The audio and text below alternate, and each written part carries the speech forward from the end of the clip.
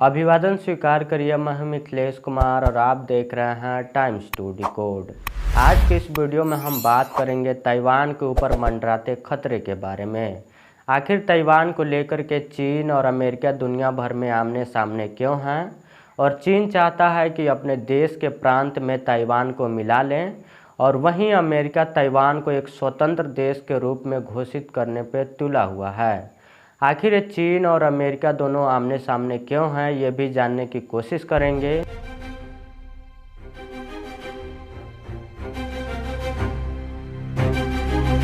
आपको बता दूं, हाल ही के दिनों में चीन और अमेरिका के बीच अमेरिकी कांग्रेस की स्पीकर नैन्सी पेलोसी की ताइवान यात्रा को लेकर तनाव पैदा हो गया है।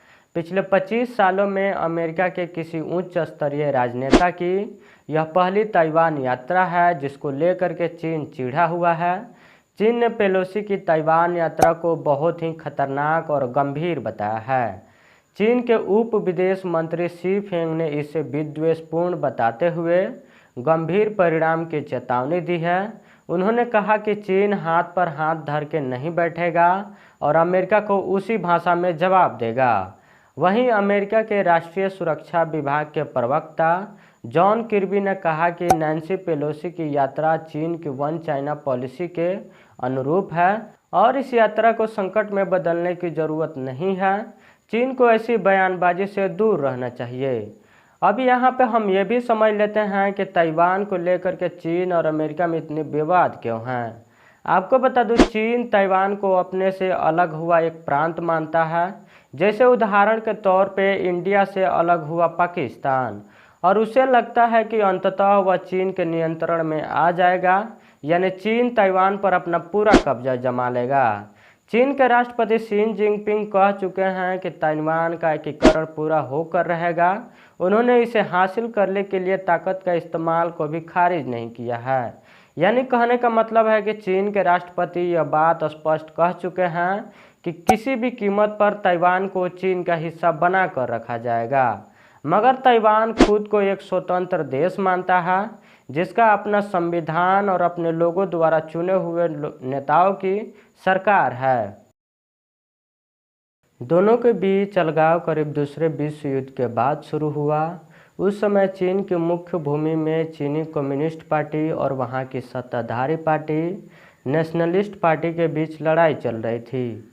सन 1949 में माओ त्से तुंग के नेतृत्व में चीनी कम्युनिस्ट पार्टी की जीत हुई और राजधानी बीजिंग पर कब्जा कर लिया। उसके बाद कुओमितांग के लोग मुख्य भूमि यानी चाइना से भागकर दक्षिणी पश्चिमी द्वीप यानी ताइवान चले गए। उसके बाद से अब तक कुओमितांग ताइवान की सबसे अहम पार्टी बन गई।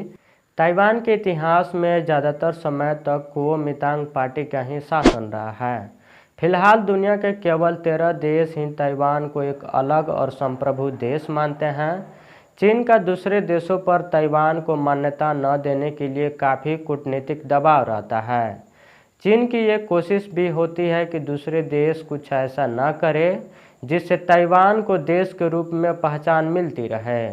ताइवान के रक्षा मंत्री ने कहा कि चीन के साथ उसके संबंध पिछले 40 सालों में सबसे खराब दौर से गुजर रहा है, जिसके कारण अभी युद्ध का माहौल बना हुआ है। युद्ध की आशंकाओं के बीच क्या ताइवान अपनी सुरक्षा खुद कर सकता है?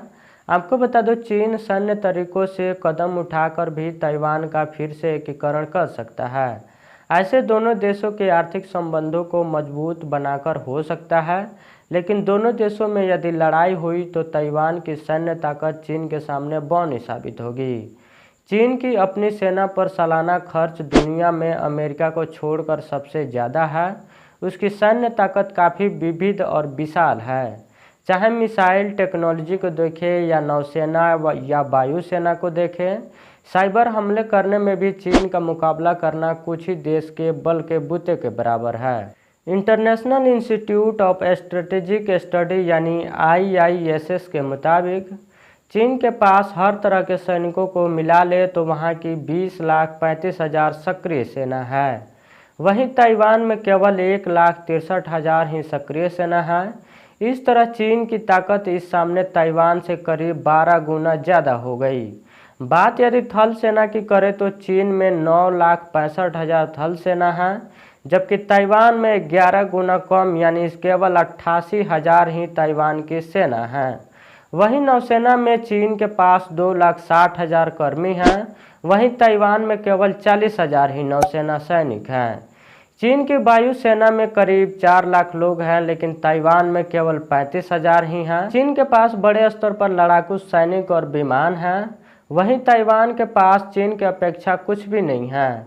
पश्चिम के कई जानकारों का अनुमान है कि दोनों देशों के बीच यदि आमने सामने की भिड़ंत हुई तो ताइवान बहुत कोशिश करके चीन के हमले को धीमा कर सकता है, लेकिन युद्ध नहीं जीत सकता।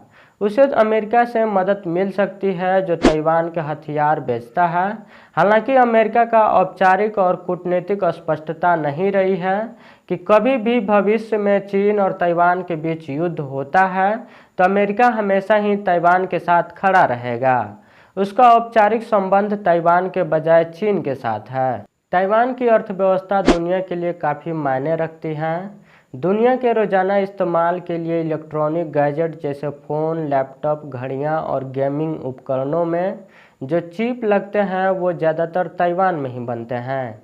चिप के मामले में ताइवान फिलहाल दुनिया की बहुत बड़ी ज़रूरत है।